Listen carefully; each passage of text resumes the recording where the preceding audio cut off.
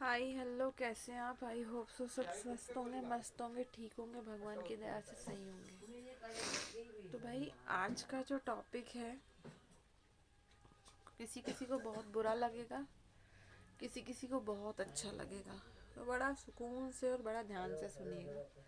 तो सबसे पहले सबको जय महाकाल।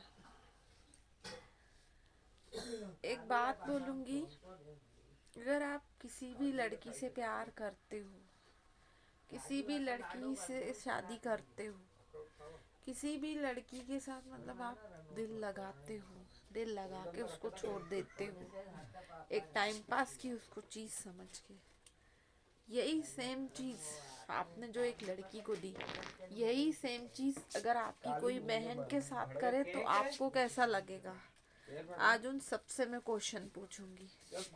कैसा लगेगा एक भाई को अगर उसकी बहन को दर्द मिल रहा हो? तो जब ये सोचते हो कि किसी लड़की को धोखा दे रहा हूँ, किसी लड़की के साथ प्यार के नाटक कर रहा हूँ, उसके जिस्म के साथ में खेल रहा हूँ, उसको अपने बिस्तर तक लेके आने के लिए 100 झूठ बोल रहा हूँ कि अपनी मेरी एक बस जिद पूरी हो रही है, तो यही सेम चीजें कोई आपकी बहन के साथ कर दे तो आपको कैसा लगेगा? आप उन लोगों को गुस्सा आएगा, उन लड़कों उन भाइयों को गुस्सा आएगा, बहुत भयंकर गुस्सा आएगा। तो उन लोगों को बोलना चाहूंगी कि जब आप किसी की दूसरे की बहन या बेटी के साथ ये सब करते हो, या दूसरे की वाइफ के साथ भी करते हो, क्योंकि आजकल कर रहे हैं, मेरे से आप लिख के ले लो, आजकल मतलब शादीशुदाओं के साथ भी टाइम पास करो। सबसे महाबेवकूफ तो वो शादीशुदा औरतें हैं जो फंसती हैं। नहीं फंसना चाहिए। क्यों फंसती हो यार? क्यों प्यार की तलाश करती हो? जो आपका पति है उसको ही सही करो ना। कहाँ जाएगा यार? तुम्हारा पति है, आज नहीं कल सही होगा, तुम्हें प्यार देगा। पर चलो ये तो रखो एक साइड, हर किसी का मन है, हर किसी की मेंटेलिटी है, मैं उस पर इतना डीप में नहीं जाऊंगी, पर नहीं करना चाहिए मेरे हिसाब से। बट मैं एक चीज, मेन टॉपिक पे आती हूँ, यही उन भाइयों उन लड़कों से पूछना चाहूंगी, यही सेम चीज अगर आपकी बहन के साथ हो, आपकी बहन डिप्रेशन में पहुंच जाए, आपकी बहन सुसाइड कर ले, या आपकी बहन कोई गलत कदम उठा ले, या आपकी बहन जीने मरने जैसी हो जाए, क्या करोगे? खून खोलेगा, गालियां दोगे? तो मैं ये बोलूंगी कि जब दूसरे की बहन बेटी के साथ खेलते हो तो तुम्हें भी इस तरह कोई कोसता होगा, तुम्हें भी इस तरीके से गालियां देता होगा, है ना? तो मैं उन लोगों को बोलूंगी कर्मा है, आज किसी के साथ कर रहे हो ना, तैयार रहना, कल को तुम्हारी भी बहन के साथ होगा जरूर। किसी दिन तुम भी किसी बेटी के बाप बनोगे जरूर, जब तुम्हें पता चलेगा कि हमने आने वाले फ्यूचर में मतलब हमने कुछ किया था, हमने अपने अतीत में कुछ करके आए थे जो कि हमें फ्यूचर में मिल रहा है। और एक बात बता दूं, अगर ये लोग सोचते हैं ना, कई लोग सोचते हैं कि कुछ नहीं हो रहा, जो आप करा है ना आपके पास रिटर्न होके आएगा जरूर, और आपको मिलेगा जरूर। तो जो करो सोच समझ के करो। वो जो ऊपर वाला है ना, तराजू लेके यूं बैठा हुआ, वो तोलता है सब चीजें, कि तुम किसी के साथ टाइम पास के लिए कैसी बातें करी थी, तुमने किसी के साथ टाइम पास के लिए प्यार के ढोंग धतूरे किए थे। तो एक बात बता दूं, उन लोगों को कभी किसी का प्यार नसीब नहीं होता। क्यों नहीं होता? क्योंकि तुमने बहुत सारी अपने सर पे, उन लोगों को बोलूंगी, बहुत सारी बद्दुआएं ले ली है।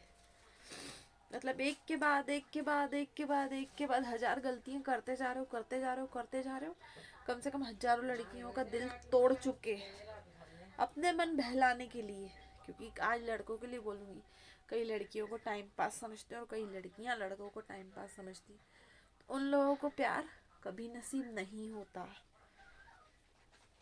होगा भी ना तो मतलब उनकी जिंदगी ऐसी हो जाएगी कि वो प्यार के लिए एक टाइम पे तरसेंगे, पर उनको किसी का प्यार नहीं मिलेगा। स्पेशली एक जीवन साथी का, एक अच्छा जीवन साथी नहीं मिलेगा, क्योंकि वो भी आप जो करा है, हो सकता है आपके नसीब में लिखा हो अच्छा, पर आपने इतना बुरा कर दिया, किसी की इतनी बद्दुआएं ले ली, किसी की इतनी आहें ले ली, कि अब वो आपको नहीं मिलेगा। क्यों? क्योंकि आपकी बद्दुआओं का वो जो रहता है ना, मैनेजमेंट रहता है, आपकी दुआओं का कम हो गया, आपकी बद्दुआओं का भार ज्यादा बढ़ गया आपके यहाँ पे सर पे, जो कि अब आपको मिल रहा है, तो इंसान जीने मरने जैसा हो जाता है। अभी तो कर ले रहे हो, अभी तो आपकी एक यंग एज है, पर एक जब आपकी उम्र जैसे जैसे होती जाएगी ना, और आप एक अच्छे इंसान की तलाश करोगे ना, तो आपको नहीं मिलेगा। क्यों नहीं मिलेगा? क्योंकि आपने कई लड़कियों की और कई लोगों की बद्दुआएं अपने सर पे ले ली।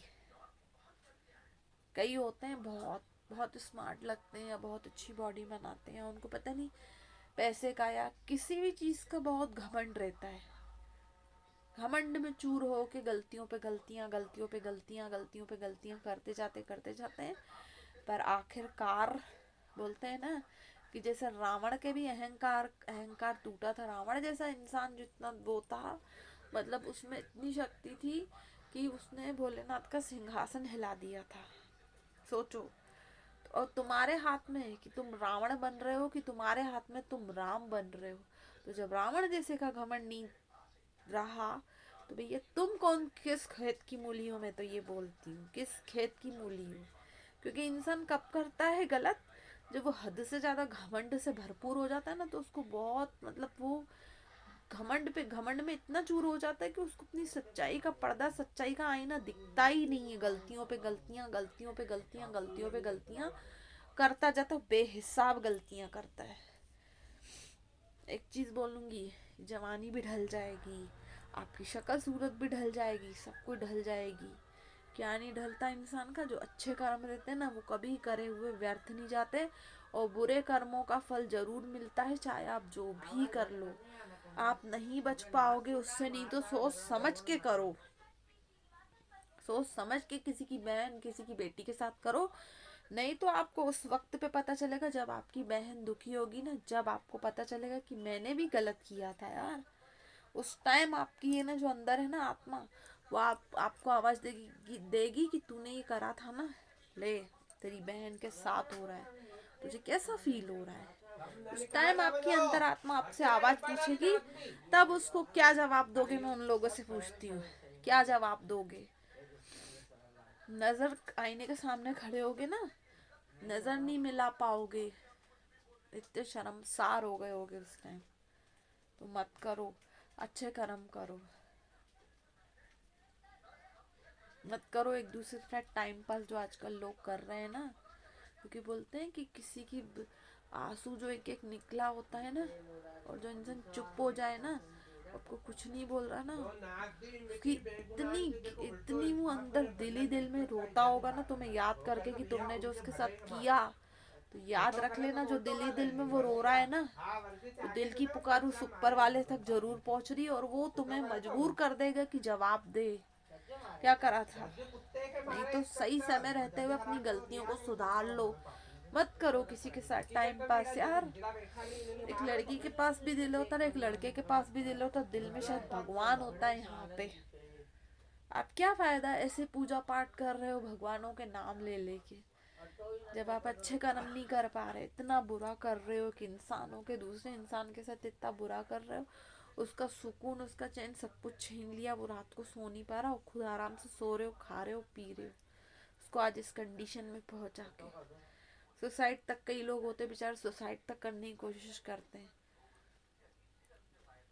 तो इतना बुरा दिल तोड़ने की सजा बहुत बुरी होती है, बहुत बुरी होती है एक दिल तोड़ने की सजा, जो कि पता नहीं भगवान उनको क्या सजा देता होगा, मुझे नहीं पता।